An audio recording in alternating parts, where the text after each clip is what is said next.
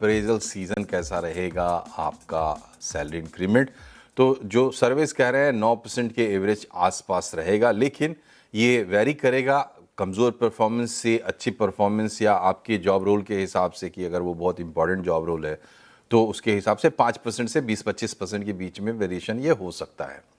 अब हम समझने की कोशिश करते हैं कि इस बार जो है वो क्या हम संदेश पढ़ने की कोशिश करें, जो चूंकि बदलते सिनेरियो में हर जो इंक्रीमेंट होता है या हर जो अप्रेजल होता है वो एक तरीके का संदेश भी होता है। समय कम है, जवाब छोटे रखिएगा। सुनील जी, सबसे पहला सवाल आपसे है कि इस बार बदलते सिनेरियो के हिसाब से जो हमें अप्रेजल मिलेगा तो उसमें मैसेज क्या हमें लेना है? देखिए, दो चीजें हैं। मुझे लगता है कि आपको अप्रेजल तो जरूर लेना चाहिए और रिजनेबल रहना चाहिए। और आप अपने स्किल्स एंड जॉब सिक्योरिटी को भी ध्यान रखें। आप स्टबन ना हो, या अपने लॉजिकल, क्योंकि अप्रेजल मुझे लगता है कि पूरे साल होता है, सैलरी इंक्रीमेंट शायद एक बार होता है। आप एक दिन में आके अपने सारी स्किल्स को नहीं बता सकते अपने मैनेजर्स को, और मैनेजर्स भी आपको डे नाइट ऑब्जर्व करते हैं डिफरेंट डिफरेंट प्रोजेक्ट पे, प्रोग्राम पे, डे टू डे जॉब्स पे। तो मुझे लगता है कि आपको एक मार्केट सिनेरियो के हिसाब ठीक है। से आपको वो एरिया फोकस करने की जरूरत है जहां आप लर्न कर सके और अर्न भी कर सके। तो ठीक है। डेफिनेटली आपको अप्रेजल लेना है ग्रोथ के साथ।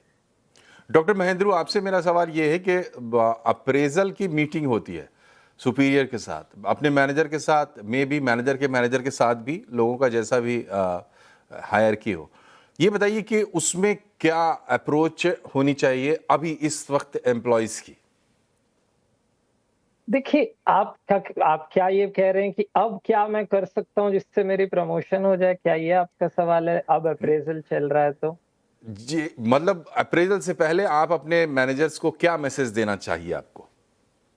देखिए, अगर आप ये समझते हैं कि कोई भी एम्प्लॉय अगर ये समझ रहा है कि मैं लास्ट मोमेंट पे मैसेजिंग से नहीं, कोई अगले फायदा साल के ले लिए भी तो सकता वो हूँ, मैसेज हो सकता है। मैं वही कह रहा हूँ, तो उससे काम नहीं बनेगा, क्योंकि लोग अब कंसिस्टेंसी देख रहे हैं, आपको सॉलिड परफॉर्मर। आपको ये मैसेज देना है, आपको 3 वीज़ दिखाने हैं।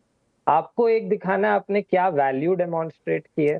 आपको ये दिखाना है विजिबिलिटी टर्म्स में क्या आप इम्पोर्टेंट प्रोजेक्ट्स पे काम कर रहे हैं, और आप में वो क्या विशेषता है जिसकी वजह से कंपनी के फ्यूचर के इम्पोर्टेंट ठीक प्रोजेक्ट्स है। या रोल्स के लिए आप फिट हैं, ताकि आपको या प्रमोशन मिले, या पैकेज इंक्रीमेंट मिले, या एक अच्छा रोल मिले जिसमें आप जी जी। अपने जो योग्यता है उसको प्रूव कर सकें। अप्रेजल सिर्फ प्रमोशन या सैलरी इंक्रीमेंट के बारे में नहीं है, बल्कि आपके भविष्य के करियर के बारे में भी है। नीति, आपसे मेरा सवाल ये है कि ये अप्रेजल सीजन रेगुलर एम्प्लॉयज के लिए तो है ही, लेकिन आजकल हम देख रहे हैं गिग बहुत ज़्यादा बढ़ रहा है या कॉन्ट्रैक्ट के लोग बढ़ रहे हैं।